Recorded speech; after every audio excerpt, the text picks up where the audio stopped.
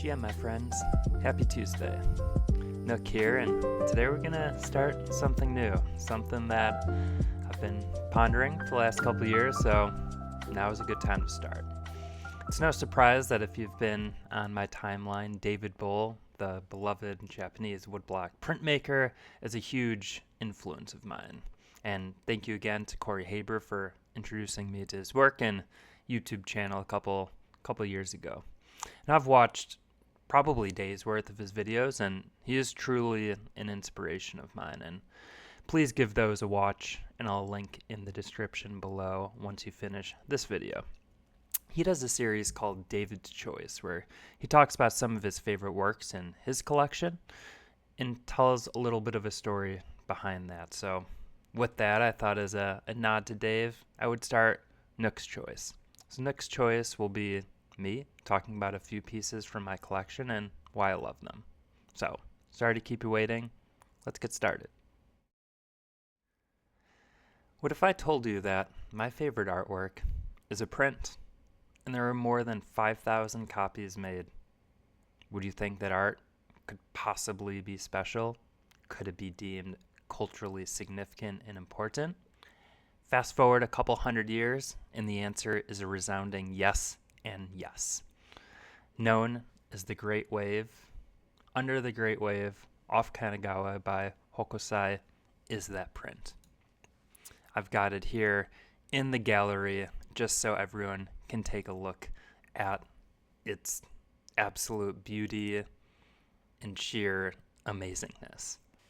So how does this connect to your collection, Nook? Great question.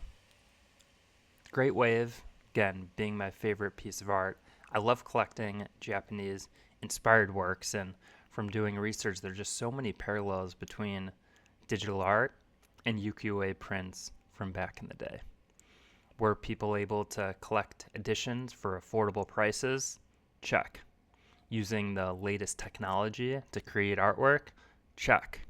Was there a new class of people on the rise that were the forefront of these movements? Yes, there were. Back then, the rise of the merchant class really led that. And nowadays, it's us and our internet friends that are a very similar group of people that are leading this revolution. So I thought it made sense to have this first episode focus on some of my favorite Japanese influence works within the Nook collection. So with that, let's get into it. After starting with the Great Wave, I think it makes sense to continue with that same subject. So it wasn't actually the wave in the Great Wave that was the main subject of the print. It was actually the mountain in the background, which is Mount Fuji. So Mount Fuji is the tallest mountain in Japan and truly is a breathtaking scene whenever I've seen a photo of it. So whenever I see artwork that features Mount Fuji, I always try to bring it into the collection. So let's start with the one on the left.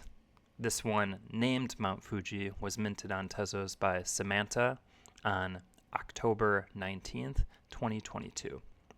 In this AI artwork, it really just feels like the blueprint that Mother Nature used when creating the mountain.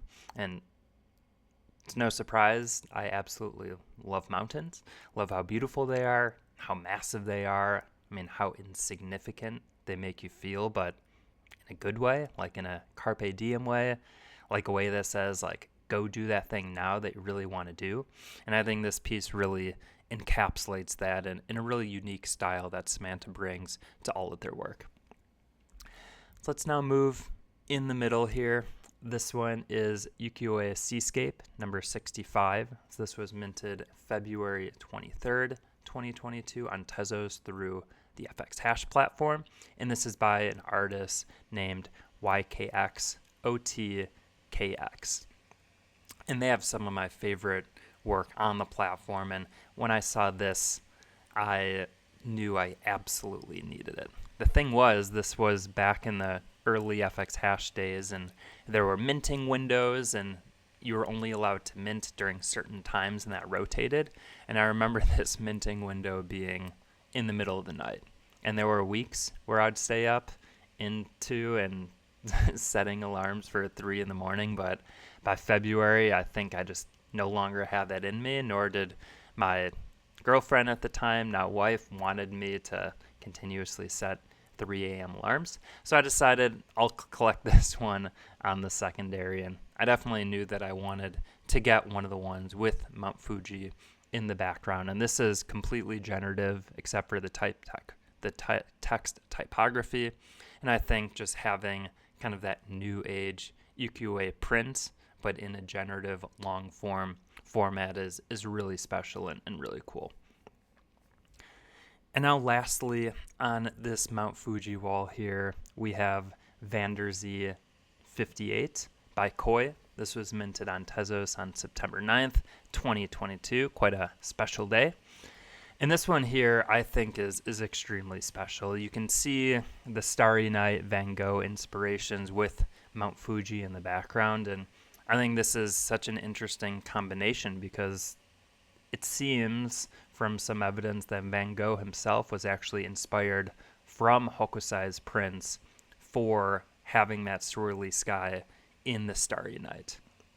So when I came across this first, I'm like, okay, how would somebody like Van Gogh get his hands on Hokusai's work? A lot of Japan at that time was really locked down, so there really wasn't too much external communication outside of the island. But from listening to Dave Bull and from doing some research, it seems like if there were exports, a lot of the prints that maybe didn't make the final cut, they would be used as packing paper.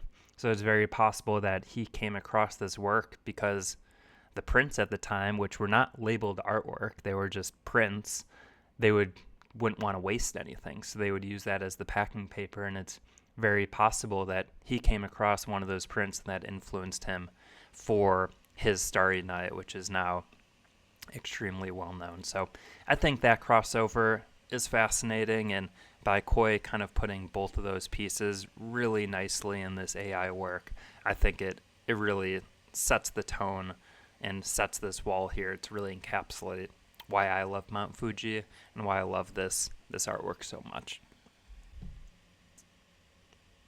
Excellent. Well, let's walk our way to the right wall here. So I got 3 more pieces for us to review today. This one here is Nagiito number 11 by Sato Junta, minted on Tezos on April 30th, 2023. And what I really love about this is it really feels like that new age ukiyo-e, which in the early 1900s was called Shinhanga, which translates to new print. And you can tell here it kind of has that new feel to the printing where we have additional colors, additional layering. You can see additional shadows, more texture, more detail. And that's very representative of what we saw with a lot of those early 1900 prints that kind of took it to the next level. And I mean, I think the scene that Sato Junta here is really beautiful. You can sense the stillness. You can see the full moon. You can see the town lit up at night and people going about their day. And I think there's something really beautiful about that. And also by noticing that the water is perfectly reflecting the sky there, you can just feel that stillness, that calmness. And that's something that I really love about this work. Moving on to this piece in the middle, this one is called Japan Life number 2 by Euphrosyna, minted on base on September 19th, 2024. And just to back up a little bit, when I mention ukiyo-e, that translates to pictures of the floating world. And I think looking at this piece here, if Hokusai or Hiroshige were to have seen this, I think they would have really appreciated and enjoyed an artist using new technology to capture kind of that similar feeling.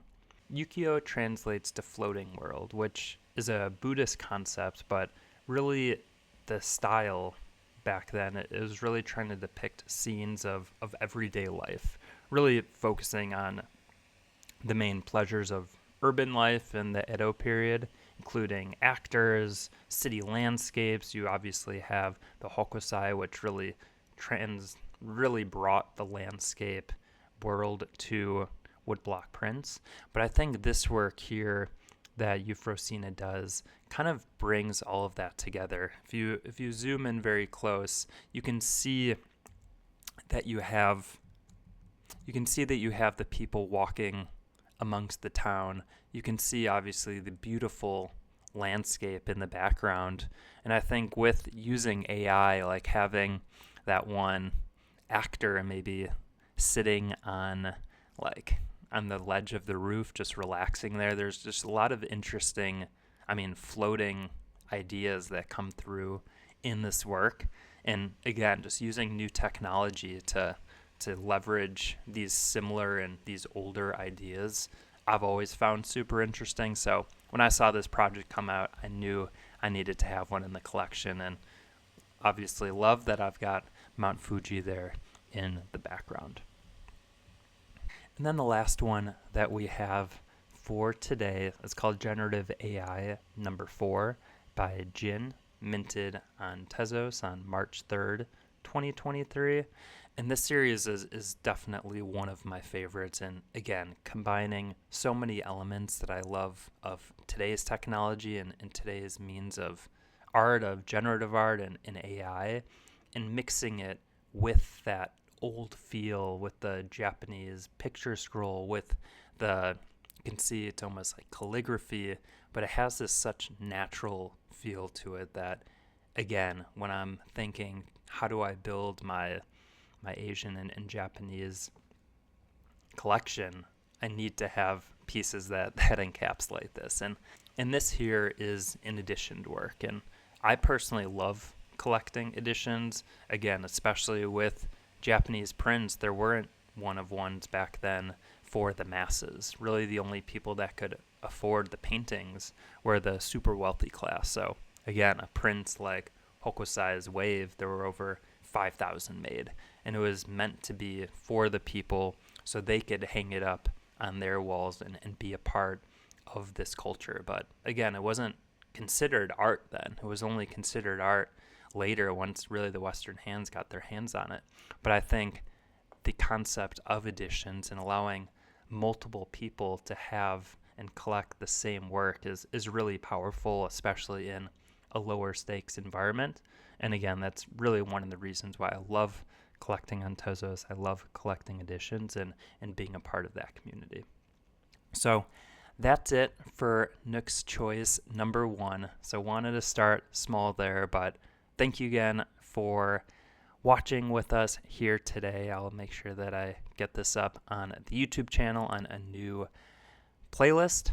But if there's any questions about any of these artworks, if you want to continue the conversation, definitely let me know in the comments here, and would love to continue that dialogue. So thank you again. Hope you all have a great start to your new year, and we will catch you on the internet sometime soon. Goodbye for now.